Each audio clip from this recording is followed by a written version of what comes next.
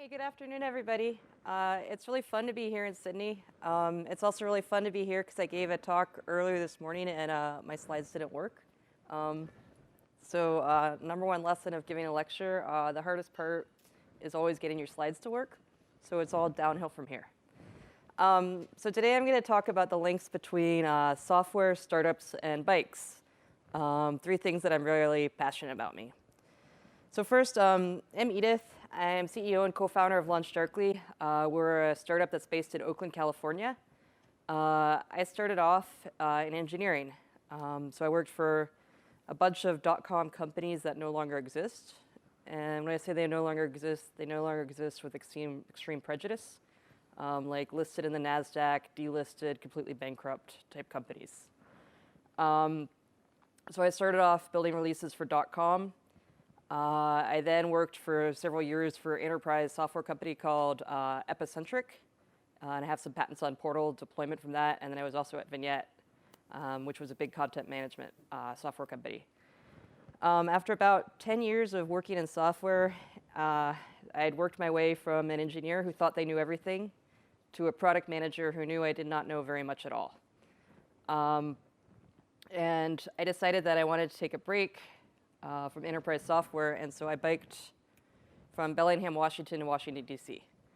So this is basically across the United States of America. So it's about 33,000 miles. I know that in kilometers, that's roughly 5,000 kilometers in 65 days.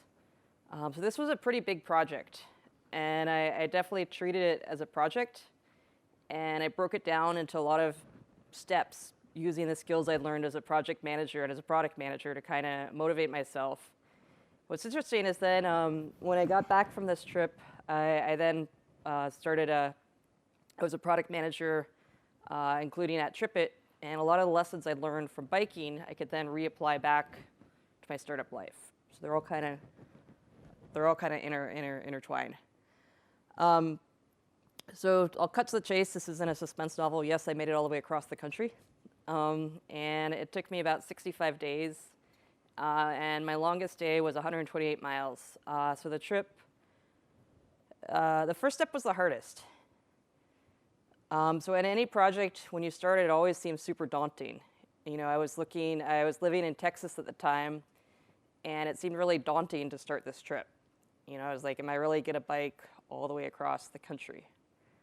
So what I did is I kind of tricked myself. I said that I would bike till Montana, which is about 1,000 miles, and see if I still liked it. And this was really made it a lot easier for me to start the trip because, you know, if you think about biking 3,000 miles, you're like, oh my gosh, I don't know if I could ever do that. If you think, can you bike for about a week? Like, yeah, I could bike for about a week. You know, that seems like a bite-sized project. But still, definitely the first step is the hardest.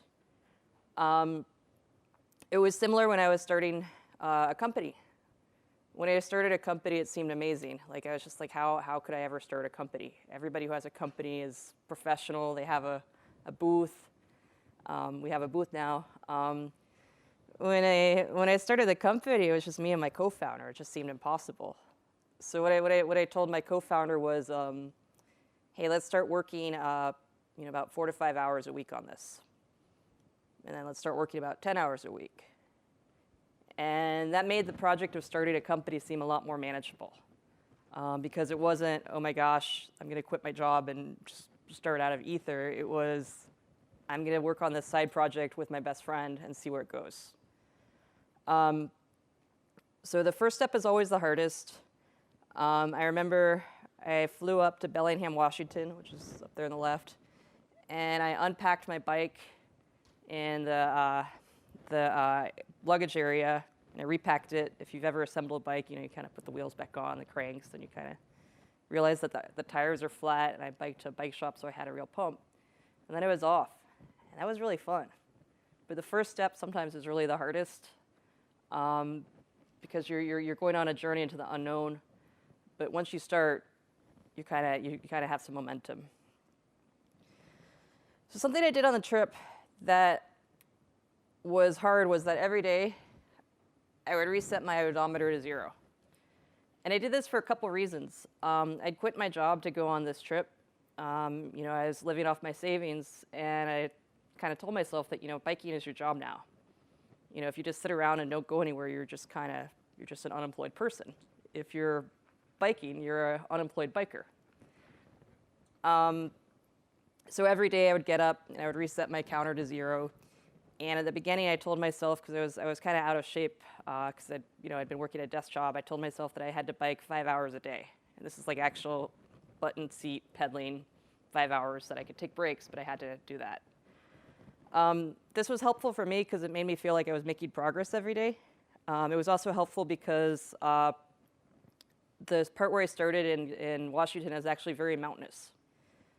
So like my first couple days, I was climbing these major passes, and 5 hours actually did not equate to that many miles. Sometimes it was like, I would be happy doing 3 miles an hour up a pass. But the really great thing about starting every day at 0 is every day you got to feel like you accomplished something. So like at the end of the day, I would get to where I was going to stop, and I'd gone like 40, 50, 60 miles. That felt really good. If I looked at my overall trip odometer, and I moved from 60 to 120, that doesn't feel much progress. Much less if your progress is you're moving from 300 to 360, that doesn't feel much progress. But if at every day you could look at the end of the day and see where you got, that feels really good.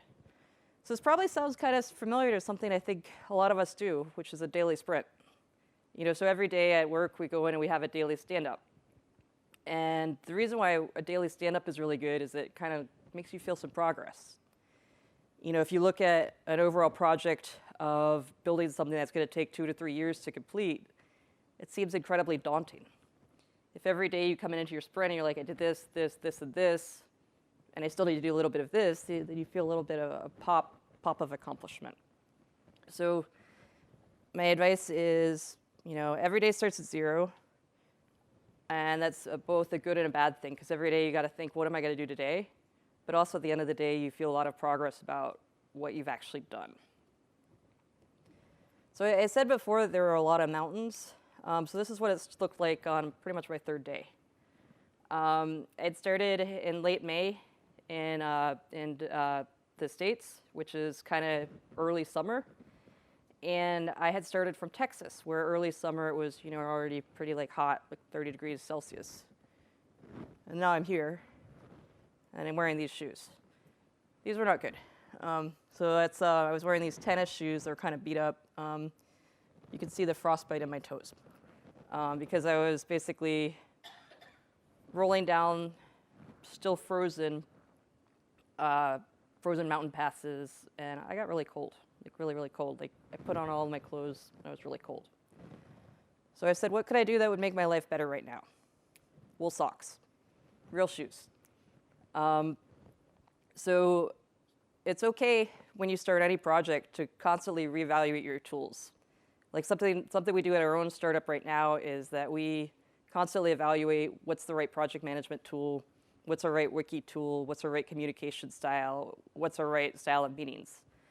I said before that we did daily stand-ups. When we started the company, we did a daily stand-up with everybody in the company because there was 2 of us.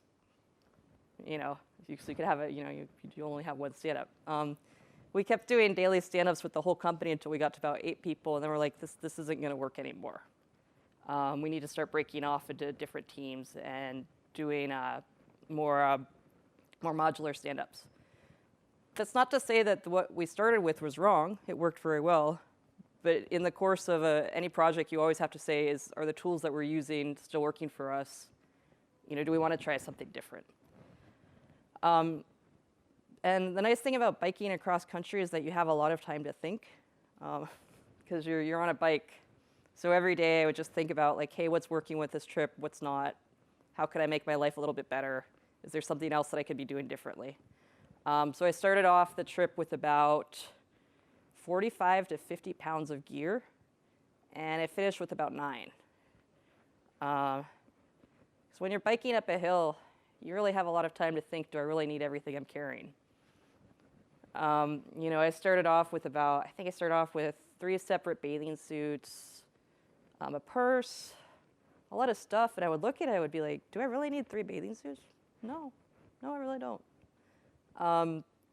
I started off with camping gear. I decided that as I was biking by myself, I just didn't really feel safe camping by myself, so I just mailed all my camping gear away. So the takeaway I hope you have is that on any project, it's okay if you're going along and you decide that something's not working. We do that a lot. Like, we actually encourage people to say, hey, this thing that worked on another project isn't working for this one, or maybe we should reevaluate something. There's no template for success in terms of the things that started you off might not be the things that finish you. The shoes being the perfect example. Once I got real biking shoes, I could move a lot faster. The old ones weren't clip-in, so a lot of the power you get from a bike is actually on the lift if you're into biking. And once I could do that, I actually moved a lot faster. That's not to say that this wasn't cause some pain. I never biked with clip-on pedals before, and I got them in Idaho. And I clipped in, and who's ridden with clip-in pedals? I clipped in, and I didn't really realize how hard it was to clip out. So the first time I tried to do this, I'm just kind of riding along. All of a sudden, I decide I want to stop, but I can't. And I somehow managed to wheel myself into a ditch and fall over. And luckily, this was literally the only biker I saw the whole day. This other biker came up, and I was just kind of lying on the ground attached to the bike. He's like, "Can I help you?" I'm like, yeah, you can. And he showed me how to unclip, which was cool. The other thing I had to learn, though, was when you're coming to a stop, you have to train yourself to clip out. So I was rolling into Sandpoint out of Idaho, and I rolled up to the stop sign. And since I was a little girl, I'd always just put my foot down. I went to put my foot down, and there was nowhere to put my foot down. I just basically fell over. Just big bruise. So trying new things is not pain-free, but it's worth it sometimes. But it's not as always easy as hey, I got some better socks and shoes, and everything was great. I got some better socks and shoes, and I got a big bruise, and then I moved faster. Which kind of leads me to my next point. You can't A/B test life. So when I was biking cross country, it was a constant decision tree. Everything was a decision. When do you stop for lunch? Where are you going to sleep tonight? Should you take this road or this road? This is when I was trying to get from Detroit to Canada, and my bike map had this very nice bridge that looked like the perfect route. I got there, and there was a sign that made it seem like it had temporarily closed. I called the number, and they just basically laughed at me. They're like, well, we haven't let bikers across here for 10 years. And I was like, but I'm here, and they're like, cool. And I'm like, what do I do now? And they're like, we don't know, and we don't care, but you can't cross here. So it worked out okay. I backtracked about 20 miles, and I went around. But I had to make that decision. Another time something similar happened was there was this road that was unexpectedly closed. I got to the edge, and you could see that there's this little creek, and they'd worked on the bridge. This time what I did was I very carefully walked down. I walked across that little side bridge, and I hiked back up. Don't tell anybody, though. It's probably illegal. But I really didn't want to backtrack. The lesson from this is that there's this theory that you can A/B test everything. You can't. You can A/B test a lot of things, but sometimes you just have to make a decision. For example, you could say, should I have chicken or fish for lunch every day? You could A/B test that on consecutive days, but that's not really a true A/B test. Same for a lot of decisions in software. When should we release this? Would it be better to do February release or March release? There's no way of knowing that. You cannot statistically decide which features and what time frame are better. All you can do is make a best guess with the decision you have and move forward. And in fact, if you don't make a decision, you'll never make any progress. What I did do a lot of was, a lot of the states is basically a checkerboard because it's basically big farm parcels and there's farm roads. So I would start going down a road, and I got very good at evaluating shoulders. When you're on a bike, there's not a bike lane, you're just kind of in the shoulder. And if it was a bad shoulder like this, I would move to the next road because I didn't like biking there because it was all gridded up.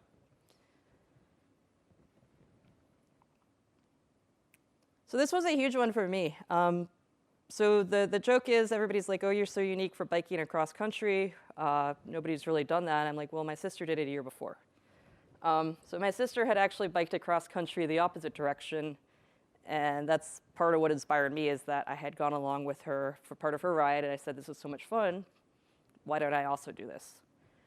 The funny thing is, so there's nobody genetically I'm closer to than my sister. Your siblings are your closest genetic match, but we're actually really, really different bikers.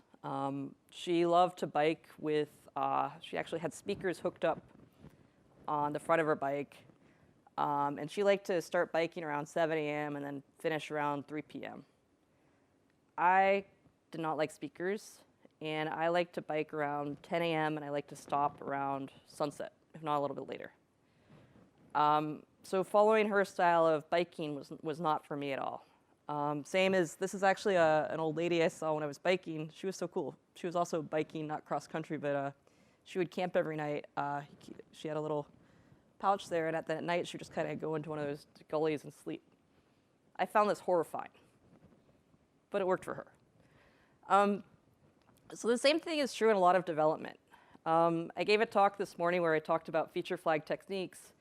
And I think the thing I was trying to convey is that what works for one team might not work for you. There's, I think, a lot of fads of like, oh, Slack does this or Google does this, therefore we'll have to do the same sort of thing. What works for another team might not work at all for you. Like I said at the beginning that we do daily stand-ups. Some teams find that too many. Some teams prefer actually to do like stand-ups in the afternoon or every other day stand-ups. Or I've heard the horrible, horrible thing of people who do an hour-long sit-down stand-up, which at that point it's like you're just killing an hour. You're not really having a stand-up at all.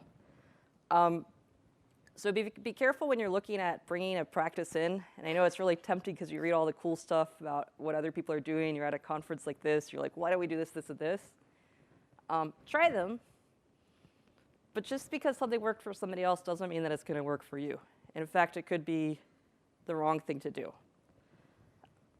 My sister, for example, I love my sister, but she's very different than me. We were biking together, and we came to camp one night. This is when, like, I camped when I was with my sister, and I was obsessed with cutting down weight. Like, I would literally like think about what I could get rid of. Like, these are my original canvas panniers. That were my sister's, and I actually swapped them out for some lighter weight nylon ones because I wanted to save about 5 pounds, and I really felt good about that decision. So 5 pounds to me was a lot of weight. When I was camping with my sister, and we're biking along, and we get to the campsite late at night, well, around sunset, and she opens up one of these panniers, and you know what she pulls out? A hammer. A little hammer. I was just dumbfounded. I was like, but you realize you're carrying around 4 pounds of a hammer.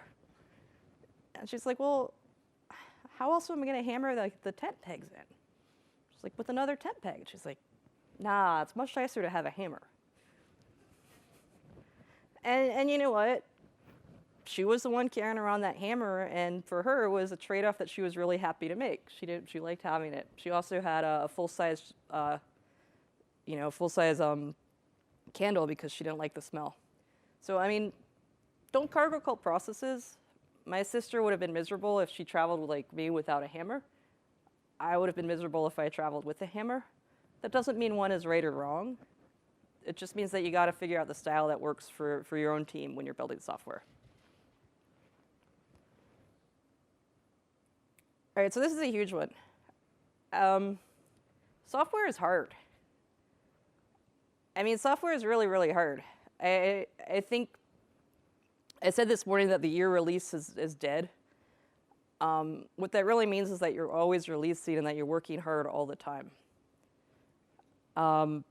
There's always another feature to be built. There's always a customer who's asking for a feature that you just really need to get done right now. There's always a bug that's going to pop up in the field. There's always something. Like, software is really, really hard. And a flaw I did myself when I was younger is that you push too hard and you end up just killing yourself and your team. I think we've all been at a company, or I hope not everybody has, where you start working 80, 90 hours a week. You can only do that for so long. So something I really tried to do when I was biking across country is I tried to take care of myself. So like this is a boat I took across a bay between Michigan and Wisconsin, and it was a night boat, and you could either sleep kind of sitting up on the boat, or you could pay an extra $30 and get a little bed like this. And I paid the extra $30. So it was my little treat. I spent a lot of nights in places like this. The stove didn't work. It was colder than it looks. That coffee machine doesn't work. So when I had a chance, I would try to treat myself. So like I went, like once there was I think this was the only town that had an espresso machine for about 3 weeks. I stopped and I got an espresso. It was really fun. And when I got to Fargo, I slept at this. This was the nicest hotel I'd stayed at for about 3 to 4 weeks. The corollary is for your team, because I think we're all developers who work on software teams, like do little nice things. Like at our company, we'll go for coffee around 10 a.m. and around 3 p.m. And it seems a little indulgent. It's like, well, why is everybody getting coffee? But it's like, well, you can't sit at your desk all day. If you take these little breaks, you'll actually be able to go a lot further and a lot faster.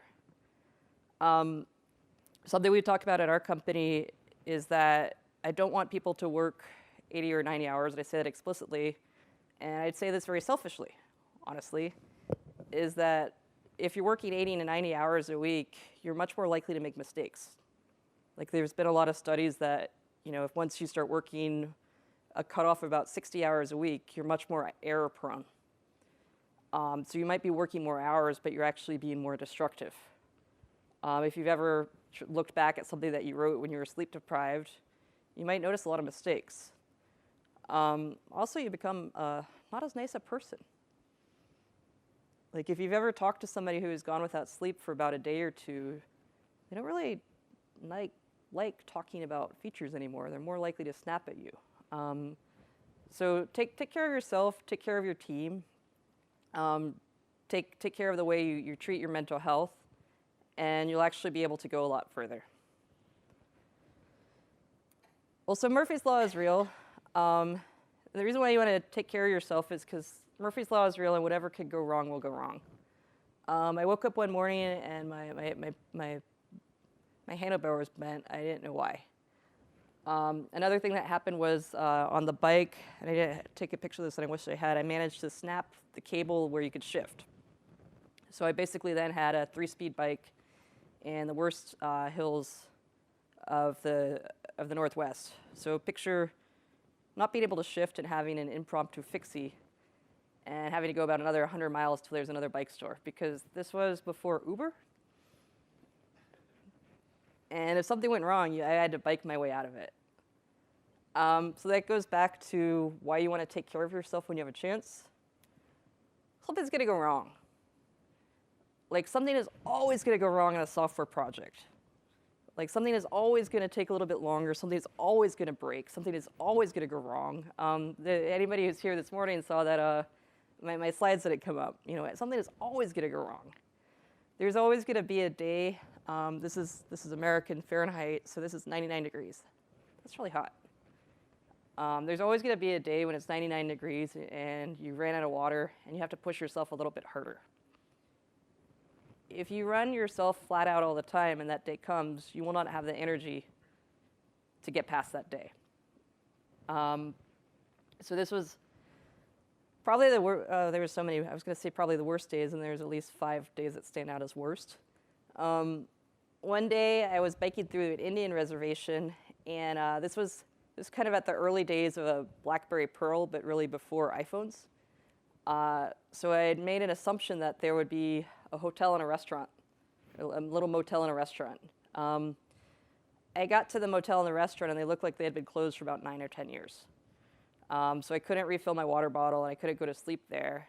And it was in an Indian reservation, which was not a very safe area of North Dakota, where I had to bike another 50 miles. I was really thirsty. That was probably amongst the most miserable biking I'd ever done because it was totally out of water, but didn't have much choice. But I got through it. As you can see, I'm here. Another bad day was, that's a tornado kind of coming. You kind of see it. It's a tornado. And if you've biked, the most unpleasant biking is on unpaved road. So there was a section of the road which was unpaved, and there was a tornado coming, and I just had to haul it. So that was why I really encourage you in your own life, in your own projects, to strike a balance between the days where you're like, okay, this is a day where I will just, go in, do my work, and go home, because there's going to be another day when everything breaks and you gotta put more hours in. Software is not really that glamorous. This sounds really sad, because I love software. I've been in software for 20 years. I absolutely love software. Like one of the best parts of today was I got to meet somebody who came to my presentation last year and is now a customer. That feels really good. That feels so good that somebody is using our software to make their own stuff better. In between these high moments of coming to a conference and meeting your customers, there's all this stuff in between. So same with biking across country. I mean, there are a lot of days, this was miserable. There's a lot of days where like you kind of have a shitty shoulder to ride on. There's a lot of farm trucks, and there's a lot of dead gophers that you have to ride past. And the hidden killer in any bike ride, as people know, is wind. Like I hated headwinds. So there's a lot of unglamorous days where you're just like, the road I thought I would be on, it's not there anymore, and it's unpaved, and I'm lost. Same with software, same with startups. There's going to be a lot of days where you just kind of like, you come in and you get your work done. However, it's not that unglamorous. You're still having fun. I had fun. And the thing I always remembered was the more you do, the better you get. So when I started, I was not really that much together. Like I said, I had 50 pounds of gear. I had the wrong shoes. I was kind of out of shape. I got to the middle of the country to Rugby, North Dakota, and this couple came out on their bikes to come hang out with me because they had been following my blog. And they were really cool. And they said that they wanted to bike across country too, but they were too intimidated because they said everybody they saw coming through looked so fit and together, so like with it. And I kind of said, well, you're literally halfway across the country. Anybody who's made it this far has gotten their act together or has quit. You didn't see me like 3 weeks ago when I was really out of shape. So I think it's easy when you look at other teams or to look at other companies or to look at other startups to assume that everybody has their act totally together and has always been, this perfect act. That's not true. When we started the company, our first business cards I needed in a hurry, and I got them from FedEx, which is Kinko's, just like a really cheap chain. And they look awful. Now we have these nice business cards with real paper, not plastic, but you get better at stuff as you go along. And I think something that I really encourage people to do is it's okay to be bad at something in the beginning. If you're trying a new tool, if you're trying a new technique, if you're trying a new language, I think people can be very hard on themselves that they have to be perfect at the beginning. Because you look around and you're like, well, everybody else is doing this so much better. At the beginning, it's okay to be a beginner. So this was a day that really shocked me. It shocked me because I was riding along and I actually thought I had gone blind because all of a sudden it looked like there were two highways up there. And finally I realized that I'd been on a 2-lane road for about 3 weeks, and suddenly it split into a 4-lane road.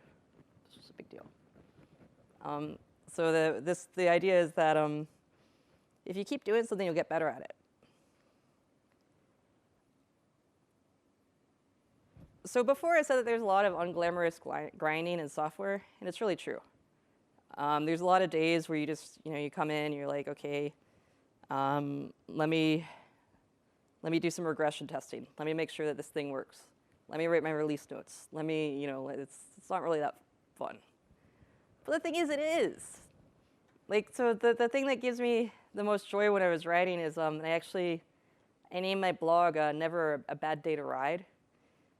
Is that even on the worst day, like the day where I got absolutely drenched by this rainstorm and my derailleur had snapped and I was going about 2 miles an hour, a rainbow came out. That sounds really corny, but like rainbows are cool.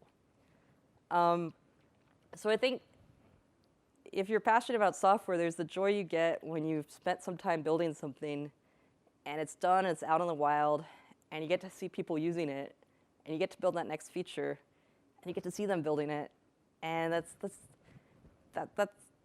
really fun. I mean, that's what I like about software, is that you have this opportunity to create something from nothing.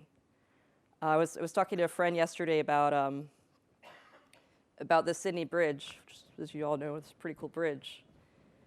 That's a huge project with a very defined process. Like, you can't just wake up and say, hey, I'm going to try building a bridge this way or this way or this way. Like, when they built that bridge, they had to actually cantilever it from both sides, measure everything precisely. Once it was done, it had to be just right. You're not going to rebuild the bridge every day.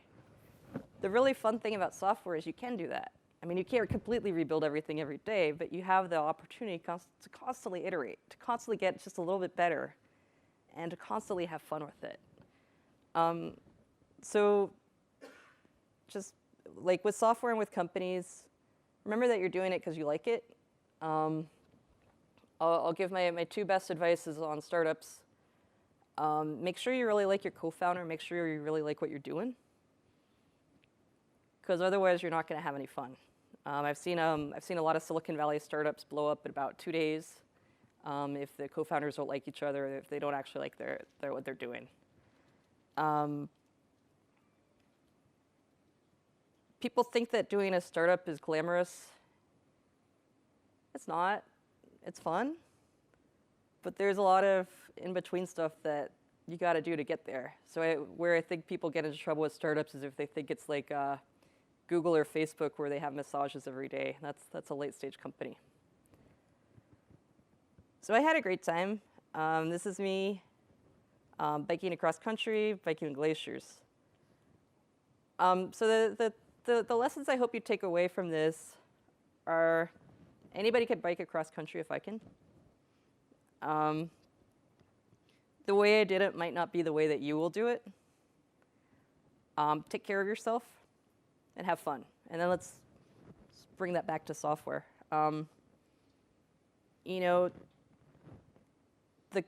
The conferences like this are great because you can learn tips and tools from other people. I hope everybody takes home a couple listens of stuff they want to try. And I hope they remember that if it doesn't work out for them, that's fine. Everybody has their own path in making start software. It's just how you get to the end better be fun. So I'm happy to share my slides, and I actually left a lot of time for questions because that's always my favorite part. So do people have questions?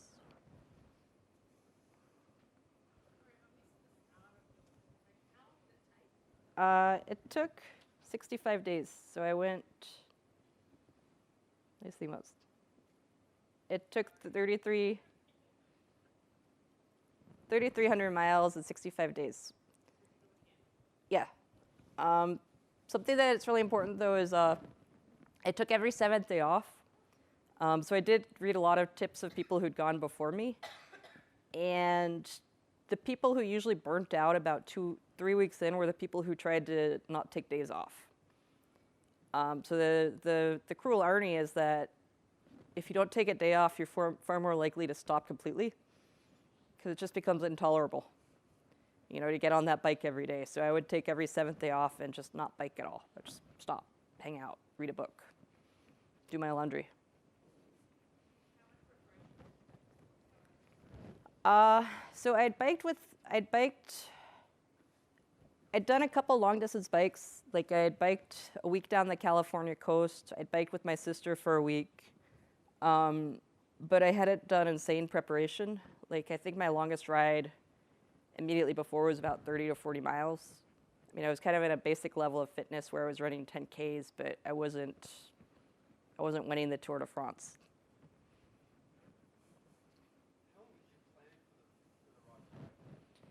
Oh, so this was perhaps the best part. I didn't.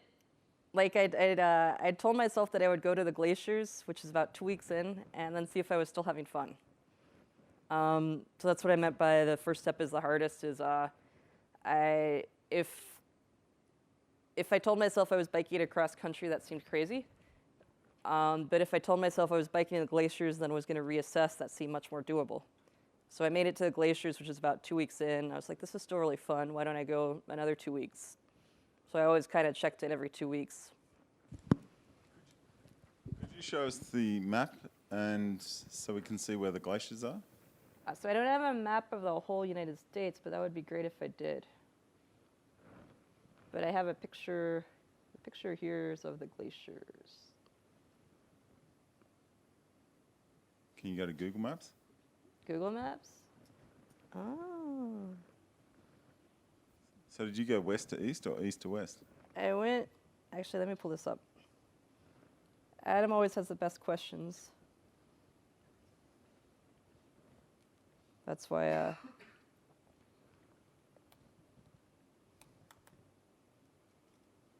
give me a second.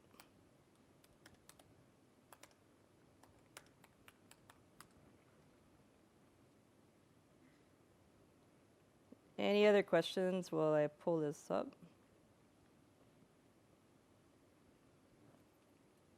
Have you done any other large rides apart from the West Coast and East Coast? So after that, I actually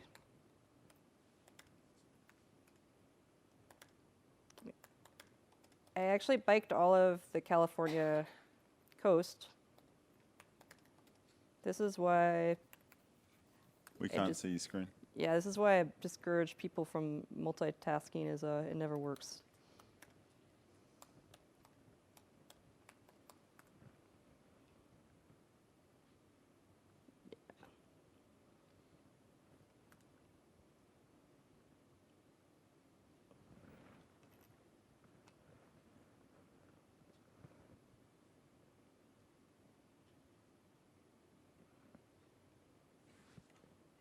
So I kept this journal along the way. And this is actually another tip I really encourage people to do, is to check in every week or every month. So like at our company, we do a monthly retrospective. So we do a daily kind of where we're doing right now, and then we also do a monthly, what is everything that's happened in the past month. And it's a really good way to kind of check in on how everything is going. So every day on my ride, I actually did a daily journal. And then at the end, I wrote it all up. I can't easily pull up a map. I know I had it at one point. Sorry, Adam. I'll get it. So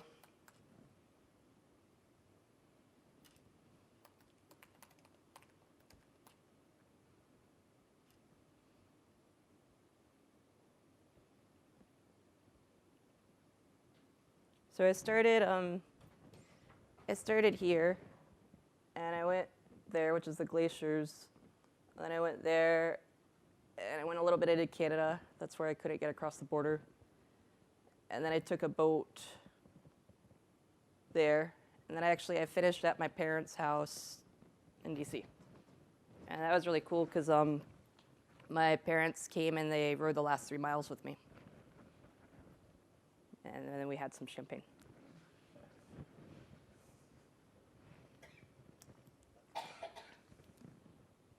How far in advance did you prep the accommodation you were staying at?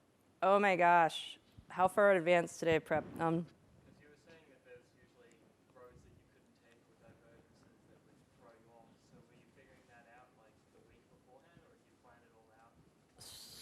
So this is how startups are like biking. It's like you're constantly figuring it out. So I did this 10 years ago in 2007, and what I would do every day when I woke up is I would look for where the next motel was where I could stop. And honestly, here, there's not many of that choices. There would be like a motel every 50 to 80 to 100 miles, and that was where I ended up.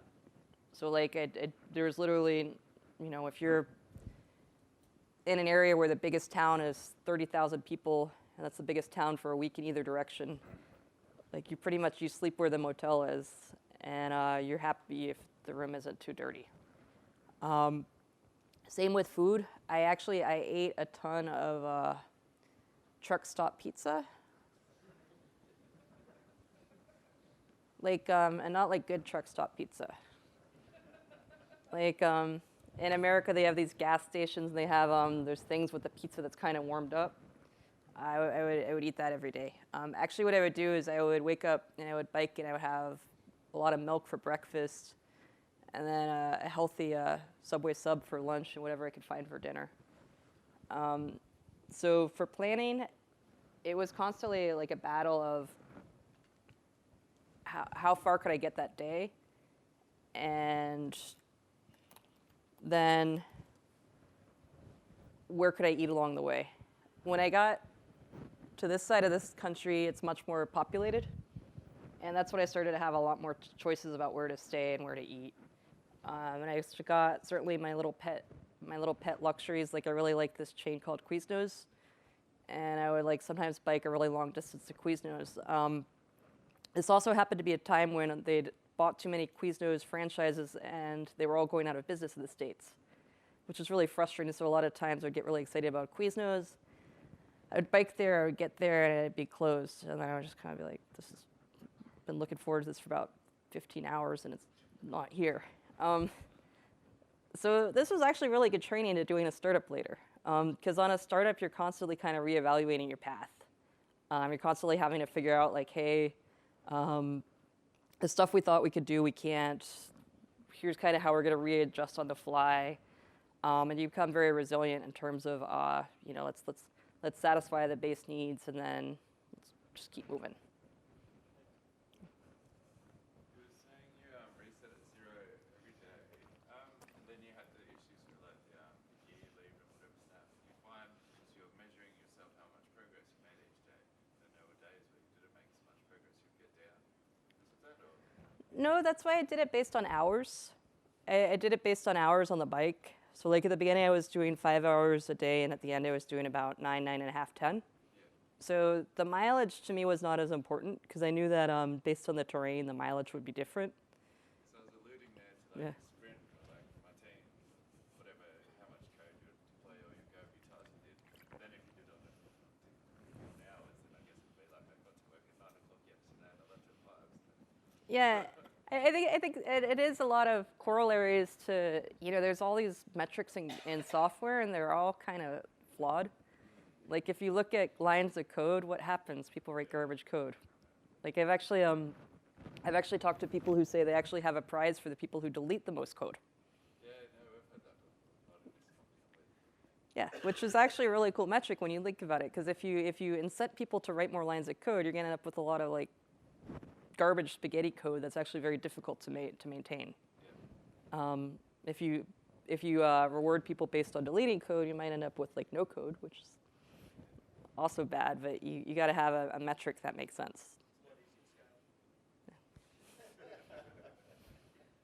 Yeah, I personally think there's no value in what you just said in comparison to software development. It's more that you need to go with some teammates and then give advice, because that's as a solo developer you can go as you want, but I think also the software development challenges are how you go as a team. So if you went with your sister and that lady, that would be the perfect talk.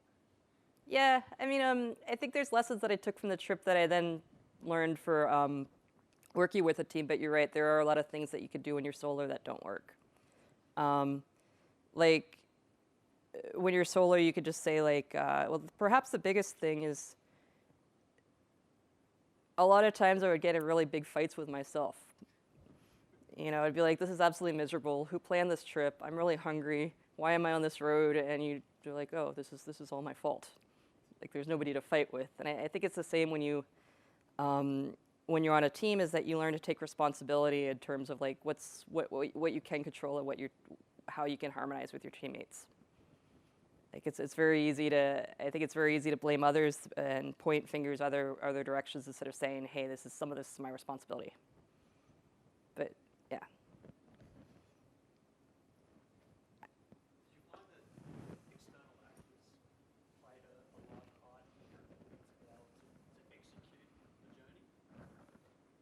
So essentially, you're traveling from one point to another, and a truck or something essentially blocks your path, or you have an external input that you can't work around, i.e. the bridge is being built.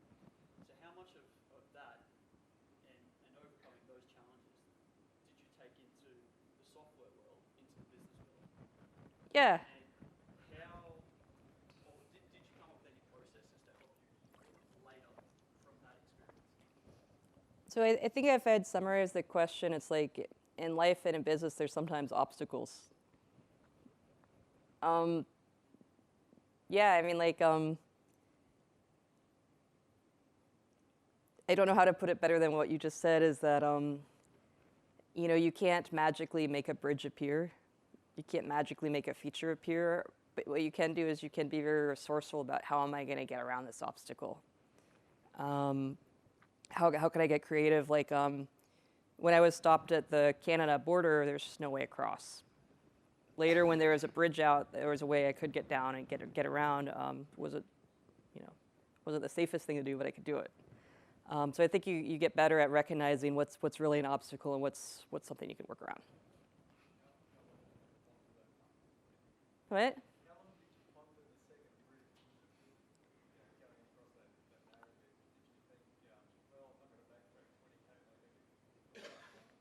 I looked at it for about 5 minutes, and I thought about how safe it looked, and I said, I think I could do this. You know, I'd done a lot of mountain biking when I was in college, and I was like, I think I could do this. This looks doable. Mainly, I was worried that, yeah, I wasn't too concerned. I was just like, I could do this. What? Well, thanks, everybody. Are there any more questions? You said your sister went across the other way. Did she take the same path backwards, or was she? I'll show you. So my sister is far cooler than me, and she took a longer route. She started in Maine, and then she went across that way to Washington, and then she went all the way down to San Diego. So I actually section biked all of the coast in various trips, some with her and some by myself. She originally was going to go all the way to the Grand Canyon, but she got kind of bored of biking.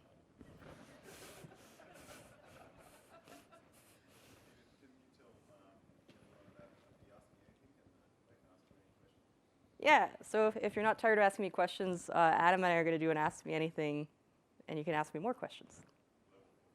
Level 4. Cool, well, thanks. I hope you learned some lessons. I think the 2 things I iterated on is I need to include a map. So I think for somebody not from the US, these are kind of abstract places. So I'm going to give this talking and I'll include a map. I actually also really like the comment that some stuff you can do by yourself, you can't do with a team. And that was actually something that I should have talked a lot more about is a team is a totally different beast than being by yourself. A team can actually do far more than a single person is.